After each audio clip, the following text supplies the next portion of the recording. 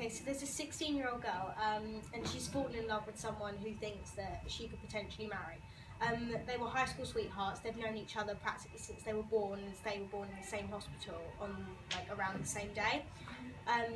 But she thinks she knows the guy, but she doesn't really. 3 years ago, the main girl's dad passed away from a rare disease, but that's what she thinks. But her mum still fails to discuss it with her, as she claims it's too painful. But in reality, he was murdered by a killer who was never found.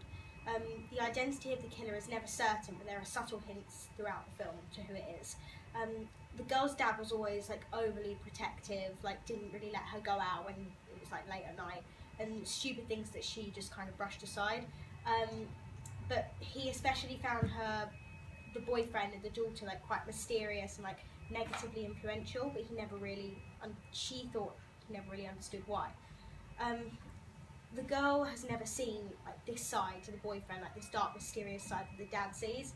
But lately, the boyfriend's been out late, not replying to the girl's messages, and been missing when she's really needed him there. She's also noticed that there's conspiracy theories now raised about her dad and how he actually died, and a court case has been opened from the police because they believe he was murdered, which is in fact true.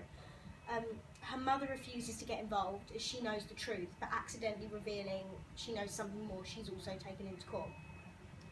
The girl and her mother are put in witness protection as they believe the killer is still out there looking for the family, in which time her boyfriend happens to sneak into her house every night, but we see what the girl doesn't see, that he's always got some kind of weapon with him that he claims that he's using for protection.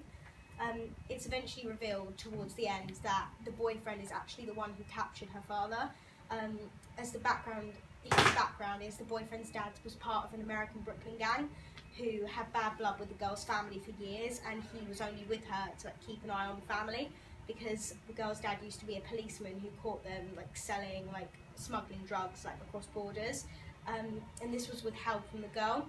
And the reason that the dad always disliked the boyfriend was because he knew of this, but he never confessed what they'd done to the police. So he was always overly protective of her, but he didn't want to split them up because he couldn't release the news because they threatened to kill his daughter.